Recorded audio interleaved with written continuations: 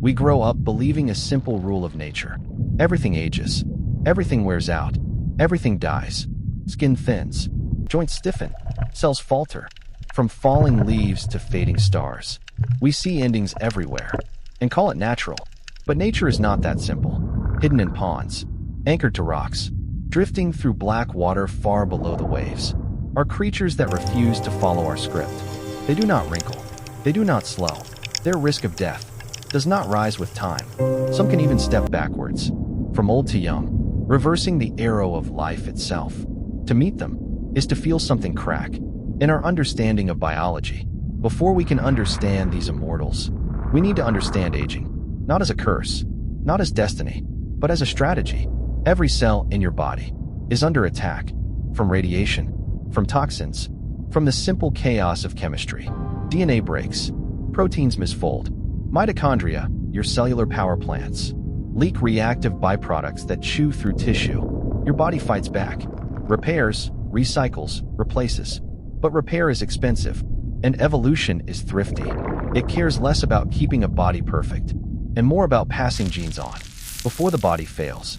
So one way to think of aging is as slow, tolerated damage, a bill that comes due after reproduction has already been paid. Yet if aging is just an evolved trade-off, a choice rather than a law, what happens in species where evolution makes a different choice, where repair never eases off, where bodies do not accumulate damage in the way ours do? To see that, we have to leave our own timeline behind and visit a creature that, on paper, should never grow old at all. In a shallow pond, a tiny predator drifts among strands of algae, a pale tube, a ring of tentacles, no bigger than a grain of rice. Hydra. Under the microscope, it looks simple, a hollow body, with a mouth at one end, but inside, its cells are quietly rewriting the story of aging. In you, most cells grow up, specialize, and never divide again. A limited pool of stem cells repairs what it can. In Hydra, stem cells are everywhere. Along its body column, undifferentiated cells divide, relentlessly, sliding into place, replacing almost every part, again and again. In long-term studies, Hydra kept under gentle conditions show no sign of increased mortality with time. An old Hydra is, statistically, no more likely to die than a young one. For this animal, risk comes mostly from the outside. A hungry fish, a harsh winter, not from an internal clock. Hydra is not alone. Flatworms, called planarians, can be sliced into pieces, each fragment regrowing a complete body. Their reservoirs of stem cells seem inexhaustible. Cells divide without the normal breaks that would trigger aging in us. Yet somehow, they avoid tumbling into rampant cancer. Here, the boundaries blur. Between an individual and a lineage is a Hydra one animal, or a moving front of cells that are effectively newborn all the time, if parts are constantly replaced. What does age even mean? These creatures do not break the laws of physics. They bend the priorities of evolution. But if some life forms can simply sidestep aging, others perform a stranger trick. They do not just refuse to grow old. They can grow young. Again, in the Mediterranean twilight, a tiny jellyfish drifts through the water, Turritopsis dohrnii. At first glance, it is unremarkable. A clear bell, delicate tentacles, the size of your fingernail. But when threatened by starvation, injury, or sudden change, it does something no adult human has ever done. It retreats. Cells along its body begin to change identity. Muscle becomes nerve. Nerve becomes skin. Specialized parts dissolve back into a more primitive state. The adult medusa sinks to the seafloor, collapses, and reorganizes into a tiny polyp. Its juvenile form. From that polyp, new jellyfish buds emerge. Genetically the same individual, reset to the beginning of the life cycle.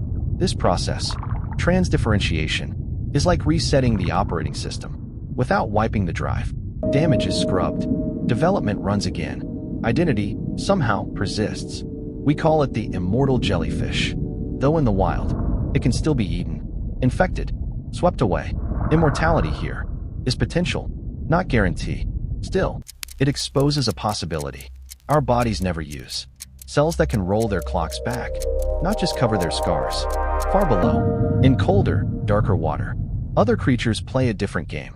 With time, Greenland sharks, may glide under Arctic ice for 4 or 5 centuries, their metabolism crawling, their tissues aging, at a pace we can barely measure. Deep-sea sponges and corals grow millimeter by millimeter, surviving for thousands of years, on the knife edge of barely enough. Here, immortality is not a loop backward, but an extreme stretch forward.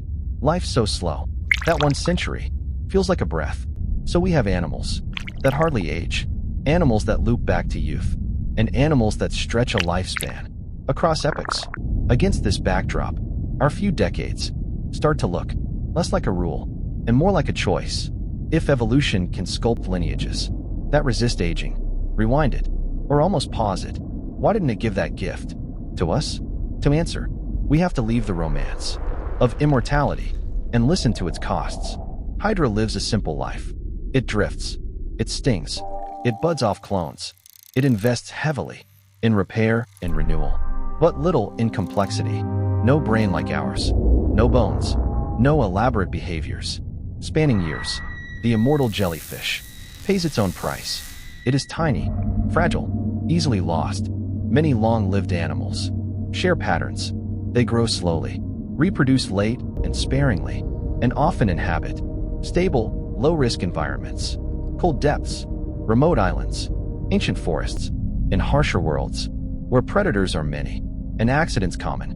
Evolution often favors speed over durability. Better to breed early and often than to build a body designed to last centuries it will never see. Repair also has a dark side. Cells that can divide endlessly are a cancer risk. In us, tumors are the price we sometimes pay for tissues that heal. Immortal or near-immortal creatures must solve this more elegantly with powerful DNA repair, tight control over cell growth, or constant weeding out of damaged cells. Their bodies are laboratories where evolution has tested solutions to problems our medicine now faces. When scientists study Hydra's stem cells, the jellyfish's life cycle reversal, or the ice-cold organs of a centuries-old shark, they are not chasing fantasy. They are asking whether tiny fragments of these strategies could be borrowed to slow our own aging, to delay disease, to buy a little more healthy time. But even if we learn to stretch our human lifespan, immortality, in the strong sense, may remain out of reach. And perhaps that is not the strangest part of this story, because these creatures force us to face a deeper question. What exactly are we trying to preserve? When we talk about defeating aging, Hydra can renew its body almost indefinitely, but has no childhood memories, no long arc of self to look back on. A bristlecone pine can stand on a mountainside for 5,000 years, yet its experience, if we dare call it that, is not a narrative, but a slow negotiation with wind and drought and frost. An immortal jellyfish may cycle from youth to age and back again many times over, but does anything move from one cycle into the next? Besides DNA, human consciousness is tied tightly to story. We recognize ourselves in the continuity of remembered days, faces, losses, the long accumulation of choices. A longer, healthier life might deepen that story, or stretch too far. It might erode it. What does 30 more years of memory feel like? What about 300? Our brains evolved for a certain span, for children, for grandchildren, perhaps a great-grandchild, held briefly in wrinkled hands. Beyond that, we are guessing. The immortal and nearly immortal creatures around us show that biology can support bodies far more durable than ours. They hint that the limits we treat as fixed are, in part, negotiable, but they also remind us that longevity and the kind of mind we value are not the same thing. So if we learn to borrow their tricks, to slow decay, to repair more, to push death further away, we will still have to decide what sort of life we want those added years to hold. Somewhere in the dark ocean, a tiny jellyfish sinks, collapsing into a knot of cells that will soon be young again. On a cold seabed, a Greenland shark slides past a seafloor it has known for centuries. In a laboratory dish, a Hydra divides and divides and divides, each day as fresh as the last. And on land, we count birthdays, collect gray hairs, measure our lives in decades, not epochs. We stand at a very particular point on evolution's spectrum of time, long enough to remember, short enough to feel the press of an ending. Immortal creatures show us that aging is not a single, rigid fate, but a landscape of possibilities. Life can burn fast and bright, like a mayfly. It can smolder for centuries, like a shark in the deep. It can loop back on itself, forever beginning again, like a jellyfish that refuses to stay old. Nothing about aging truly makes sense until we place ourselves among these other strategies and admit that our way is only one of many.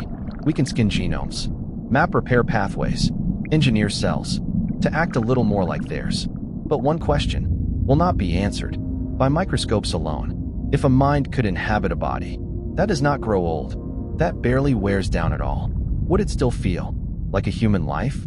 Or would something essential change with the stretching of time, the softening of endings? For now, we live within our span, looking out at sharks, jellies, Hydra, and asking what they know of time that we do not. And somewhere beneath the waves, an ancient creature passes in the dark, untroubled by birthdays, unaware that, in studying it, we are really trying to understand our own brief, burning slice of forever.